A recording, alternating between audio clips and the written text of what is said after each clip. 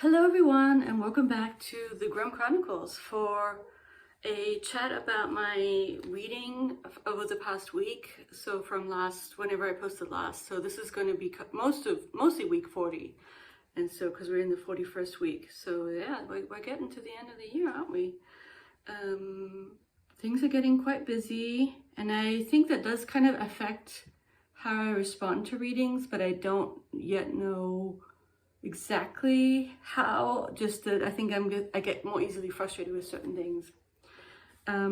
Thank you for bearing with me when I posted the little walking video about how I did return to Sebald.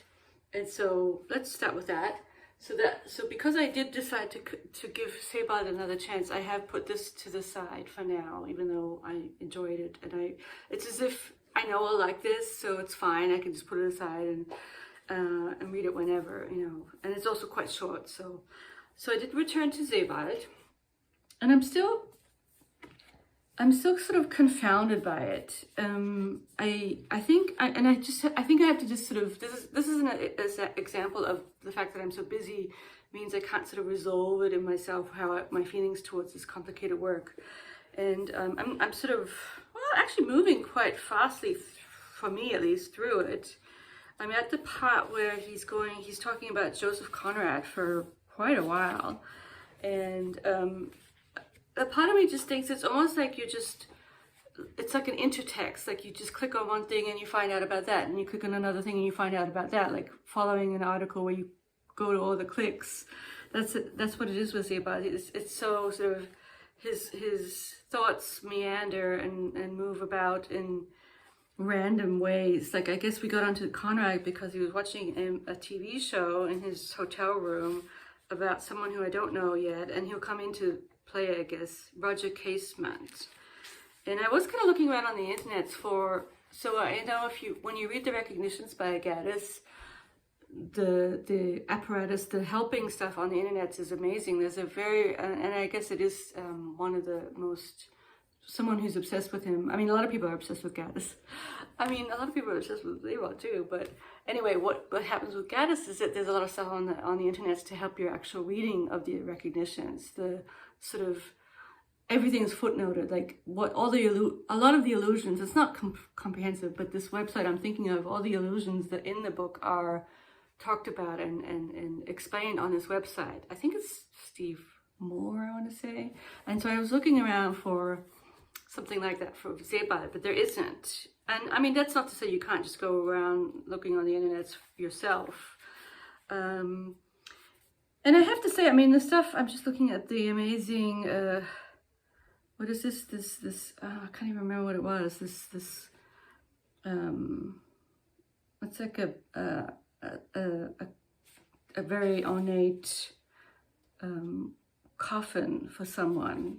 And here's a picture of it. I'm sorry, I'm not doing a good job. And he describes it in great detail. And I don't even remember who it was for.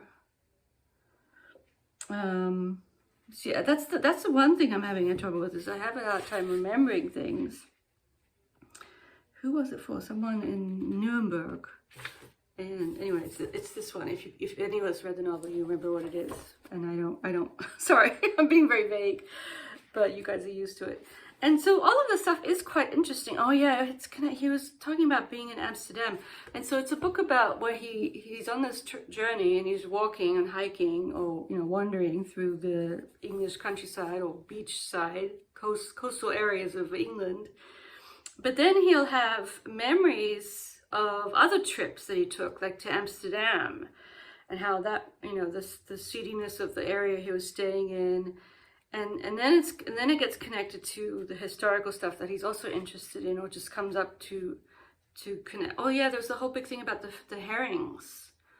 That was really interesting too. I mean, it is all really quite interesting, but it's sort of, and it's the connection from one thing to the next is a little bit thin, because it's just the way our minds work, I guess. I mean, I know for a fact that when I kind of my husband will say, "What? How did you get from that point, from that other point?" And I'm like, in my mind, it's really clear how I got from that point, but to actually sort of explain it to someone, it doesn't seem that clear. And it's as if this is almost like a stream of consciousness of he goes from one thought to the next thought to the next thought, and in interesting ways. And then he's decided to make a work of autofiction out of this. These travel memories connected to other memories. It's memories on memories on memories. And so what happens if it's memories on memories on memories is that time kind of is different. It's not linear anymore. It's more like, it's almost like it's not two-dimensional. It's more like it's three-dimensional. And I guess in a way that is kind of fascinating. It's wacky, but the idea that time can become something other than just a line, you know, and we traverse it forward. And so in my mind, it connects to something about the walking, which is sort of a theory thing too, but because of the walking and then so telling us about his walks and then going into the memories. Anyway, as you can tell, it's very unsettled here, my thoughts on the book. And I guess I am kind of obsessed with it, even though I still maintain that I'm still kind of figuring it out. And I'm not sure if I don't know, maybe, but the fact that I can't even make a coherent statement about it is a sign that it is kind of a fascinating work of whatever you want to call it. It's a type of autofiction. Yeah. The Conrad stuff's interesting too. I mean, it does kind of pull you forward because you just kind of want to see where he's going to go next. And I guess there is some kind of overarching people. I mean, I've already started looking at some secondary stuff on him. And one person who doesn't like him, who's a very interesting British critic who actually committed suicide, Mark Fisher. He called it Mittelbrau, so not even middlebrow, but German, Mittelbrau miserableism. This emphasis on the war and memories of the war, and this emphasis on a time past. So it's not, I mean, he wrote it in the 90s, and it does kind of seem, there's not much about the 90s in here. It's all kind of going back to, you know, historical events, and the war, you know, the Second World War, and this sort of obsession with, of course, Germany and the war, and he's a German person living in England, so that's kind of interesting. So, and for some people, it seems that I think for this critic, and I see there, I need to sort of figure out my stance on that one too. Because I was reading someone else's article about their own engagement with Sebald, and they reference Mark Fisher. And there's also the movie. If any of you seen the movie, there's a movie by someone called Grant G, I think, called Patience, something to do with, and then it has a subtitle with Sebald, and it's people who recreate the walk in England that he went on, and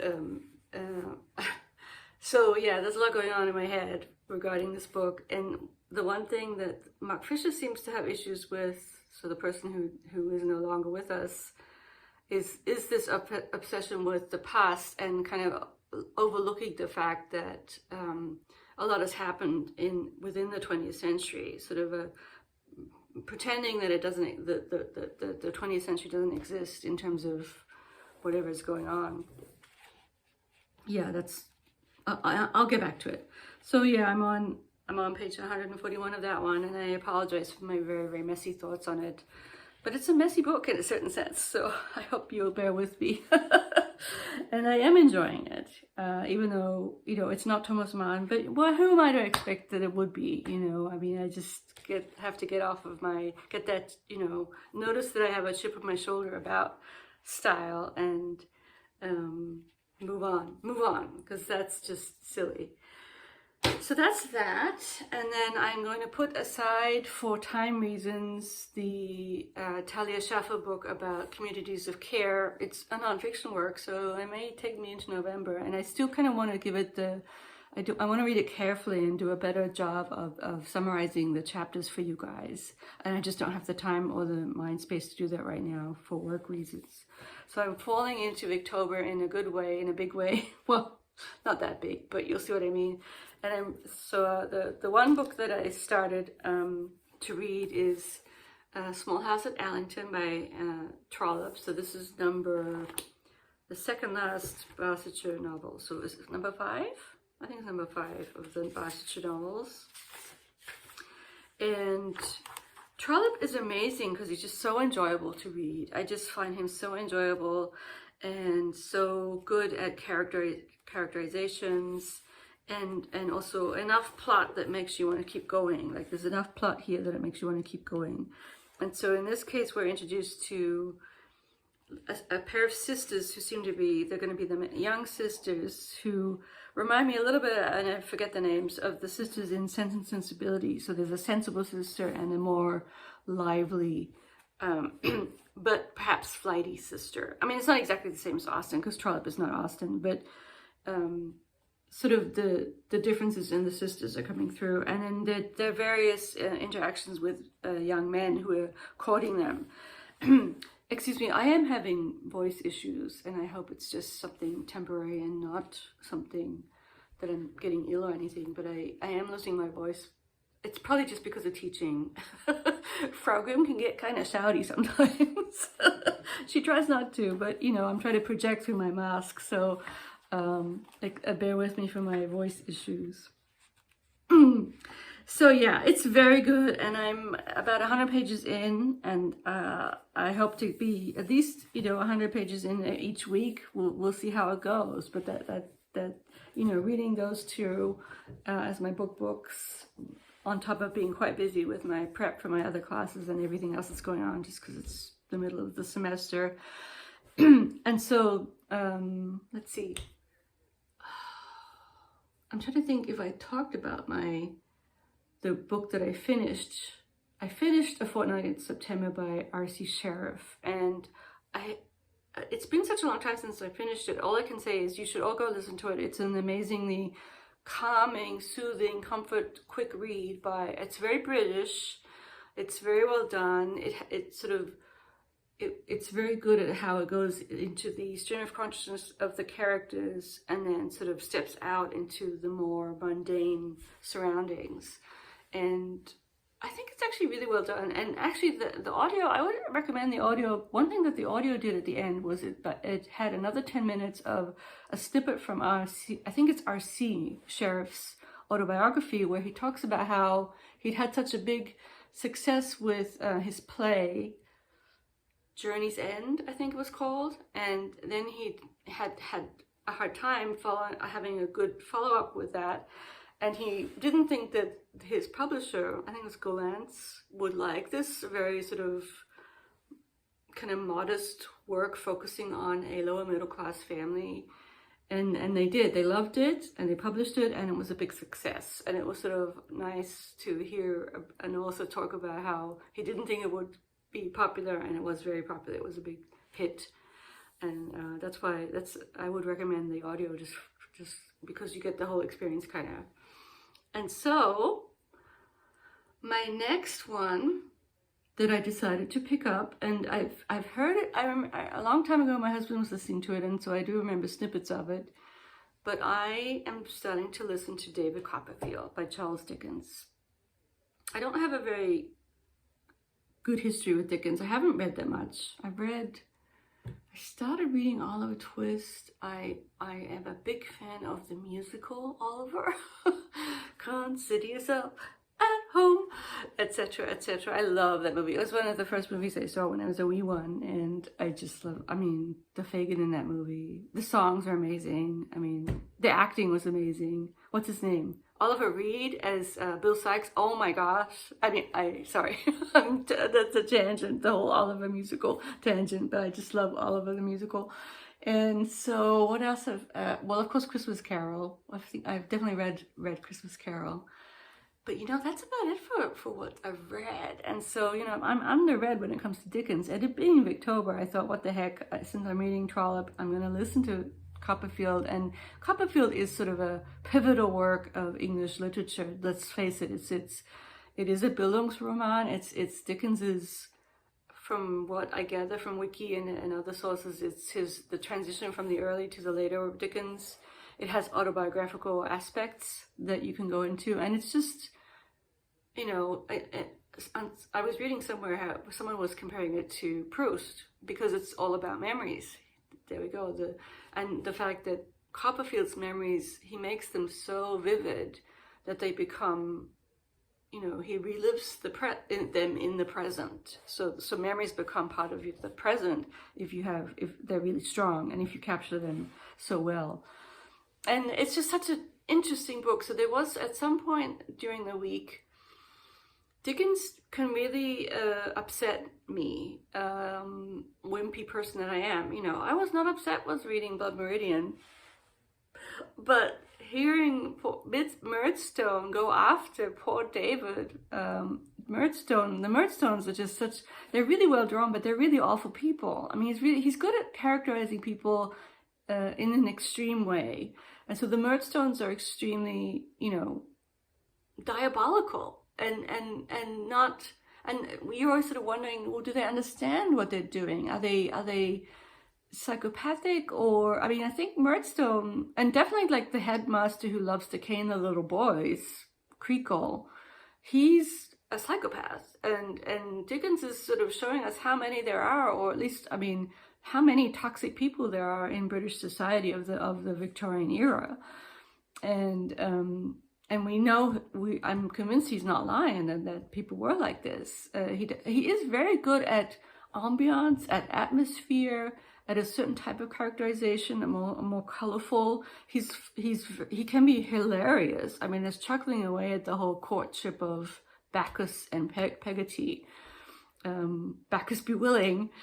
That whole thing was just laugh out loud funny. So, you know, and it's as if on the one hand it's laugh out loud funny, and then when Murdstone was beating or going after David, I had to stop listening and said, I can't listen to this. This is too upsetting for me. And Dickens and of course I did go back to it, and I will go back because I know that first of all, I think it's gonna end up all right for David. But I think there's still a lot of hardship coming up, and I mean, it really is an exquisite example of the Bildungsroman, because we really see, of course, he's writing from an adult perspective or an older perspective, but he's still, in the moments, he's still a kid. Like, he doesn't seem to understand that the people have this other name for him, Murdstone's compatriots, but we do slowly see him growing up through the narrative in subtle ways, like his relationship to little Emily, and also his relationship to Steerforth, the school person who's basically also kind of evil, I think, or not good, and he's enamored with him because he just doesn't see through him yet, but I have a feeling he will. I think there's a lot to still for me. I'm still pretty much, I think I'm in chapter 8 or chapter 9, so yeah. But it's an amazing work of fiction, and it's pivotal. It's just one of the big ones. David Copperfield. There's no way around David Copperfield, and so I decided, what the heck, I will listen to David Copperfield. And at some point, I don't know if we have a copy. We may have a copy somewhere, a Penguin copy lying around. So I'll dip into that too. But he was an excellent writer. I mean, and I could sort of see how serialization would be he would be really good, because he'll leave you waiting, wanting more. And I did kind of think Dickens today would be writing TV shows, perhaps, and not literature. I don't know. Really interesting. Really interesting. So I think that's about it. As I am getting ready to teach an overload class, which is a version of my fairy tale class. So I might bring in a little bit, although we'll see. The fairy tales that I teach there, I'll reread some of the articles that I'm assigning and some of the tales that I'm assigning to, but it's a lot, but we will get through it all. And I thank you so much for watching. What are you reading for Victober? What are your thoughts on David Copperfield, Anthony Trollope, Sebald? And yeah, I'm trying to think if I'm missing something. No, not really, because that's all I have brain space for, those people. It's funny, yeah, well, one thing I wanted to say is how they all kind of intersect a little bit. Like, Sebald is walking around this area where that has already come up a little bit in David Copperfield. What's the town that he's in? I keep forgetting the name. Lowestown. I think it's Lowestown. And that's already been mentioned in Copperfield. So I feel like I'm like wandering through England in my mind, at least. It's kind of interesting. So yeah. Anyway, thank you all for watching, and I will see you all next week. Bye-bye.